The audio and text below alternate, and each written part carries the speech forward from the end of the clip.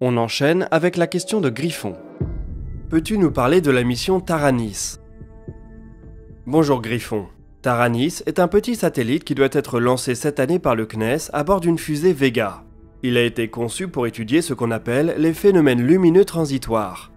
Lors d'orages particulièrement violents, on peut parfois observer à très haute altitude des phénomènes lumineux de diverses natures.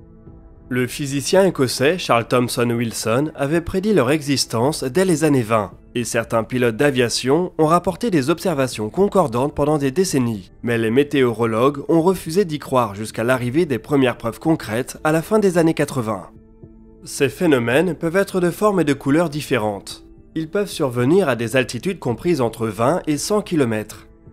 En fonction de leur nature, ils ont été nommés de manière plutôt imagée, les jets, les farfadets ou les elfes. Orages et phénomènes lumineux transitoires sont aussi parfois accompagnés de flashs de rayons gamma terrestres qui ont été observés pour la première fois au début des années 90. Tous ces phénomènes sont encore mal compris. Ils sont probablement le résultat d'une interaction entre l'atmosphère, l'ionosphère et la magnétosphère.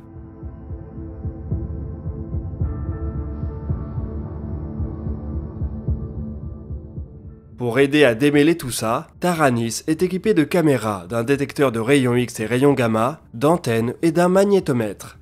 Les phénomènes qu'il cherche à observer sont très éphémères, de l'ordre d'une fraction de seconde. Le satellite cherchera donc à se focaliser sur les tempêtes, en espérant capturer les mystérieux elfes et autres farfadets qui les accompagnent parfois. Une fois placé sur son orbite héliosynchrone, Taranis devrait poursuivre sa mission pendant au moins 2 ans. À l'issue de cette période, on comprendra peut-être un peu mieux ce qui se passe en altitude lorsque le tonnerre gronde ici-bas.